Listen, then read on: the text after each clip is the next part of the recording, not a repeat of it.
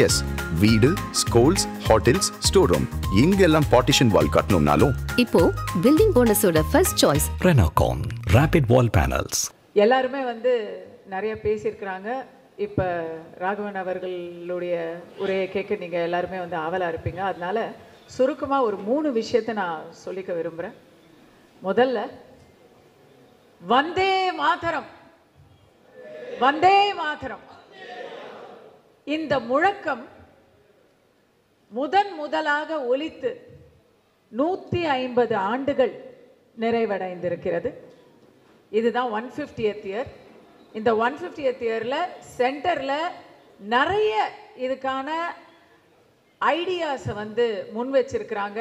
எப்படியெல்லாம் வந்தே மாத்திரம் என்ற அந்த எழுச்சி மிகு 2 வார்த்தைகளை ஒவ்வொரு இடத்திலும் அந்த தேசப்பற்றை ஒவ்வொரு குடிமகனுக்கும் கொண்டு சேர்க்க வேண்டும் அப்படின்னு சென்ட்ரல்லேருந்து மத்தியிலிருந்து நிறைய முனைப்புகளையும் முன்னெடுப்புகளையும் எடுத்து வச்சிட்ருக்கிறாங்க. நான் குடியிருக்கக்கூடிய தெலுங்கானா மாநிலத்தில் காங்கிரஸ் கவர்மெண்ட் தான் நடக்குது. ஆனால் அங்கே இதுக்கு ஒரு மிகப்பெரிய அளவில் ஒரு விழாவே எடுத்துட்டாங்க 2 நாள் முன்னாடி. தமிழ்நாட்டில் ரொம்ப அமைதியாக இருக்குது. இத்தனைக்கும் கொடிகாத்த குமரனும் பாரதியும் எண்ணில் அடங்கா சுதந்திர போராட்ட வீரர்களையும் கொடுத்த ஒரு புண்ணிய பூமி இந்த தமிழ் மண். இங்க அந்த வந்தே மாத்திரம் என்ற குரல் இந்த வருடம் முழுக்க உறக்க ஒலிக்க செய்ய வேண்டும். அதற்கு கலை கலாச்சார அணிதான் சரியான.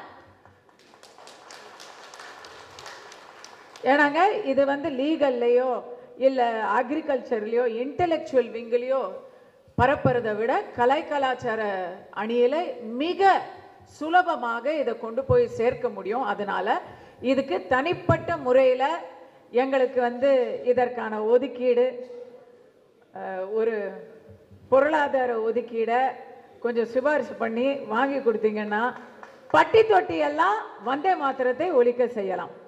இது எலெக்ஷன் இன்னும் சில மாதங்கள்லேயே வரப்போகுது, தேர்தல். அதுக்குள்ளார, ஏன்னா தமிழ்நாட்டில் உங்களுக்கு தெரியாதது இல்லை. ஒன்று சங்கி, இல்லை கோபக் மோடி, இல்லைன்னா இந்தி ஒழிக. எப்பெல்லாம் திமுகவுக்கு பிரச்சனை வருதோ அப்போவெல்லாம் அவங்க எடுக்கக்கூடிய ஆயுதம் ஒன்று குறிப்பிட்ட சமூகத்தினர் அவங்கள பிராமணர்களை ஒழிக்க வேண்டும், இல்லை இந்தியை துரத்த வேண்டும், இல்லைன்னா பிஜேபி உள்ள வந்துடும். இதுதான் அவங்க எடுத்துக்கிட்டு வருவாங்க.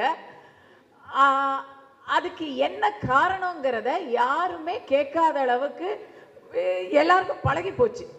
மக்கள்கிட்ட பிஜேபி வந்துடும், சரி வந்தா என்ன அப்படின்னு இப்பெல்லாம் மக்கள் நல்லது, சரி வந்துருமா, அது ஒன்றும் ஒரு மோசமான விஷயம் இல்லையே அப்படிங்கிற மனநிலைக்கு கொஞ்சம் கொஞ்சமாக மாறிக்கிட்டு இருக்கிறாங்க.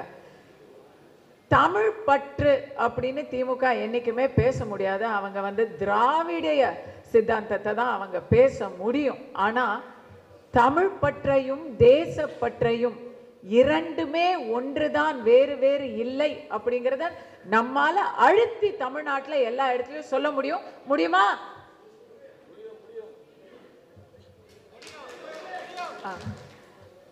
தமிழ் பற்றும் தேசப்பற்றும் ஒன்றுக்கு ஒன்று தனிப்பட்ட விஷயங்கள் இல்லை, பிரிச்சு பார்க்க வேண்டிய தேவையே இல்லை. ஏன்னா சுதந்திர போராட்டத்தில் அந்தமான் சிறையை நிரப்பியவர்கள் அதிகபட்சமானவர்கள் தமிழர்கள். தமிழர்கள் ரத்தத்தை சிந்தி தியாக பூமி போன்ற படங்களை அன்றே எடுத்து தான் சுதந்திர வேட்கையை அவங்க உருவாக்கி இருக்கிறாங்க.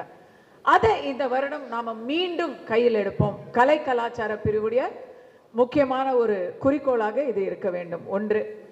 இரண்டாவது, சினிமா திரைத்துறை இன்னைக்கு சில எங்க ஊர் பக்கம் சொல்லுவாங்க, என்ன ஆச்சு ஒரு மாதிரி ஆயிட்டிய அப்படின்னு கேட்டா, ஐயா என்னப்பா பேய் பிடிச்ச மாதிரி இருக்குன்னு சொல்லுவாங்க. இங்க பூதம் பிடிச்சிருக்கு, என்ன பண்றது. திரை உலகம் ஒருத்தர்கிட்ட இருந்தா அந்த ஒருத்தர்கிட்ட எவ்வளவு வளர்க்க முடியுமோ அவ்வளவுதான் வளர்க்க முடியும்.